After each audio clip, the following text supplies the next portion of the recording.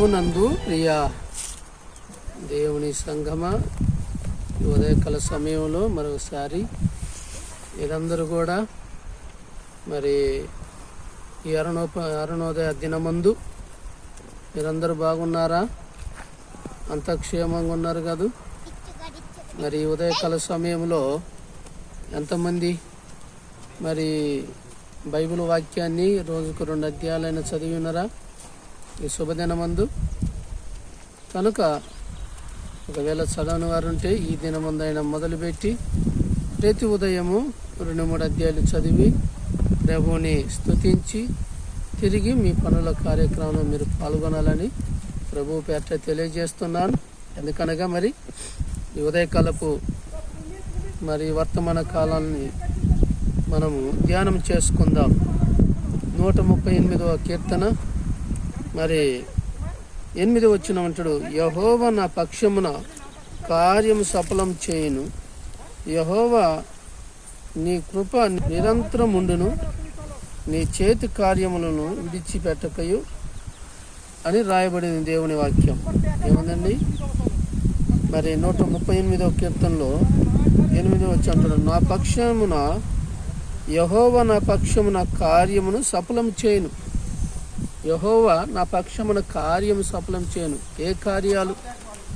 దేంట్లో సఫలం చేసేది అంటే మరి ఆయన అంటాడు, ఆయన నా శత్రువుల కోపం నుండి నన్ను రక్షించుటకై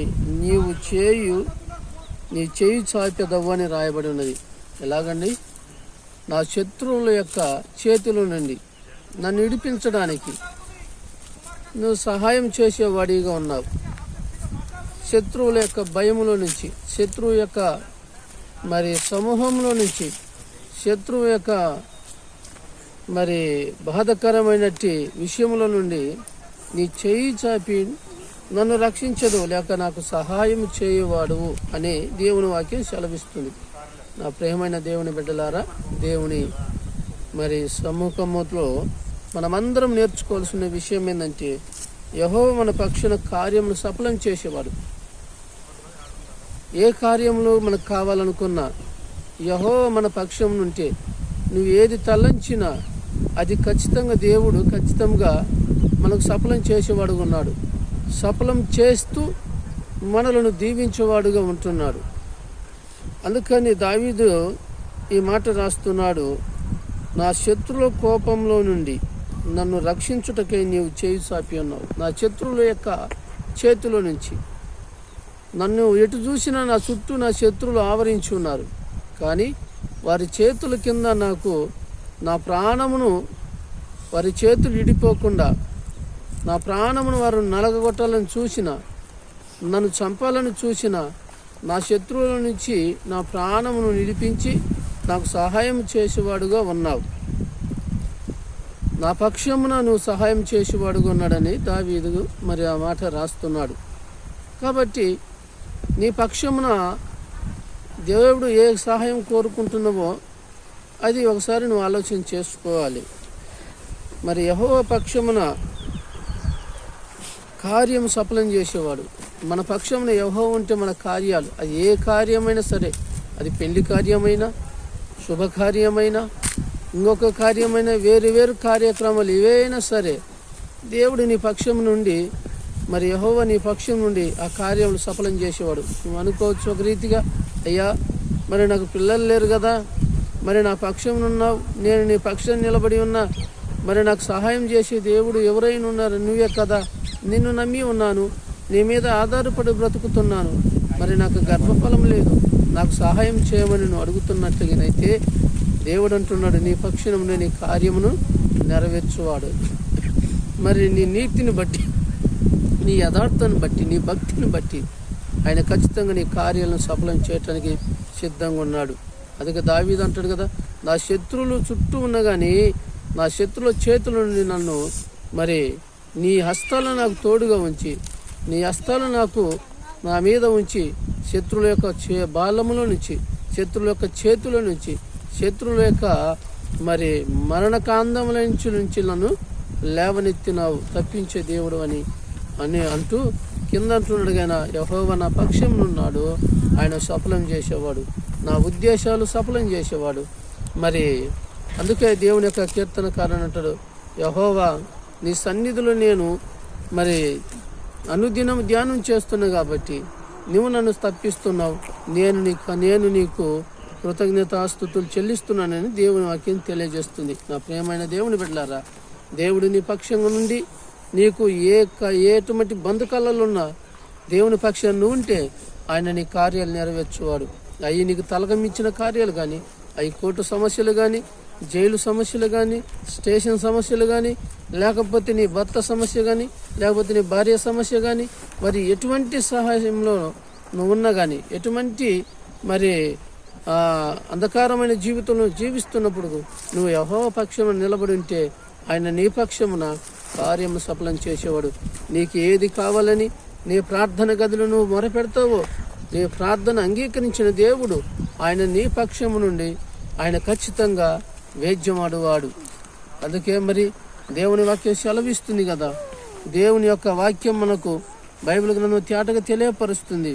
యెహోవా నా పక్షం నుండగా నన్ను ఎవడును ఓడించగలడనే మాటలు మనము చూస్తాం. యెహోవా నా పక్షము నుండగా నన్ను ఓడించగలిగిన వాడెవడు అని దేవుని లేఖనాలు చూస్తాం. కాబట్టి మన పక్షం ఆయన ఉన్నప్పుడు మనల్ని ఓడించడానికి, మనలను జయించటానికి ఎవడి చేతను కాదు. అందుకే ఒక దినమందు ప్రభు అయిన యేసు క్రీస్తును కూడా మరి కొండర శిఖరం మీదకి తీసుకుపోయి మన దేవుణ్ణి అంటున్న సాతాను, నువ్వు నమస్కారం చేసినట్లయితే ఇదంతా నీకు ఇస్తానని. దేవుని యొక్క తండ్రి అయిన దేవుని కుడిపాశంలో ఉన్నాడు కాబట్టి, తన తండ్రి తనకు పక్షం నిలబడ్డాడు కాబట్టి, అందుకే దేవుడు అంటాడు కదా, ప్రభు అయిన యేసుక్రీస్తు మాట్లాడు, సైతానా నువ్వు వెనకకు పొమ్ము, నేను నా దేవునికి తప్పక ఎవరికి నేను సాష్టాంగపడి నమస్కారం చేయను అని దేవుని వాక్యం సెలవిస్తుంది. మరి సాతానుతో దేవుడు ఆ మాటలు సంభవించినట్లుగా మాట్లాడుతున్నట్టుగా మనం బైబిల్ గ్రంథంలో చూస్తాం. అలాగనే మనము కూడా కొన్ని మరి ఇబ్బందులలో, అగసాట్లలో, విరుకుల్లో, శోధనలో ఉన్నప్పుడు మనం ఎవరి పక్షాన నిలబడతాం తెలుసా? ఎవరైతే మనకు సహాయం చేస్తారో లోక సంబంధంగా, ఎవరైతే డబ్బు సహాయం చేస్తారో, ఎవరైతే మనకు ఆధారంగా నిలబడతారో, ఎవరైతే మనలను మన చేయి వదిలిపెట్టకుండా మన కష్టాలలో, విరుకులలో ఉంటారో, నేను ఆయన పక్షాన ఉన్నానంటాం. కానీ దేవుడు అంటుండు, వీళ్ళ కంటే కూడా నువ్వు అధికమైన లోతైన బాధలలో కోరకపోయినప్పుడు యెహోవా పక్షంలో ఉన్న వారికి యెహోవాయే మరి ఆయన కార్యాలను సఫలం చేసేవాడు. దేవుని పక్షం నిలబడిన వారికి దేవుడే తన కార్యముల నుంచి లేవనెట్టుకున్నట్టుగా నీ యొక్క జీవితంలో నుంచి, నువ్వు అనగబడిన జీవితంలో నుంచి దేవుడు నీ పక్షం నుండి ఆయన పైకి లేవనెత్తువాడు. అందుకే అంటాడు ఆయన, నా శత్రువుల కోపం నుండి నన్ను రక్షించుటకే నీవు చెయ్యి చాపితివి అని దేవుని వాక్యము సెలవిస్తుంది. కాబట్టి ఇటువంటి మాటలు వింటున్న మనము ఈ ఉదయకాల సమయంలో ప్రతి ఒక్కరు కూడా మరి దేవుని పక్షం నిలబడి తండ్రి అయిన దేవుని నమ్ముకొని ప్రభు అయిన యేసుక్రీస్తుని విశ్వసించినట్లయితే ఖచ్చితంగా నీ పక్షమునైన యుద్ధం చేసేవాడు, నీ పక్షములో నుంచి ఆయన నువ్వు ఏ వ్యాప్తులను పైకి లేవనెత్తువాడని తండ్రి అయిన దేవుడు ఈ మాటలను మన విడికిలో దీవించి ఆశీర్వదించునుగాక. ప్రార్థన చేసుకుందాం. పరిశుద్ధుడా, దయగలిగిన తండ్రి, ప్రేమ కలిగిన ప్రభువా, నీ పాదాలకు స్తుతులు స్తోత్రాలు చెల్లిస్తూ ఈ ఉదయకాలంలో వర్తమానంలో మీ బిడ్డలందరినీ దీవించమని, వారు ఏ కష్టాలలో ఉన్నా, వారు ఏ ఇబ్బందులు ఉన్నా, ఏ సైతాను శోధనలు ఇరుకు ఇబ్బందులు ఉన్నా తండ్రిని వారి పక్షం నుండి వారికి సహాయం చేయమని నా ప్రభు అయిన యేసుక్రీస్తు పేట స్తుతించి అడిగి వేడుకుంటున్నాను తండ్రి. Amen, amen. God bless you. ప్రతి ఒక్కరు కూడా యూట్యూబ్ పరిచర్యం చూస్తున్నవారు దయచేసి సబ్స్క్రైబర్ చేయండి.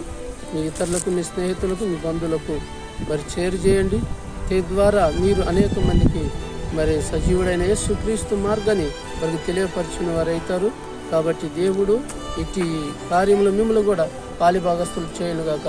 దేవుడు మిమ్మల్ని, మీ కుటుంబాలను ఆశీర్వదించునుగాక.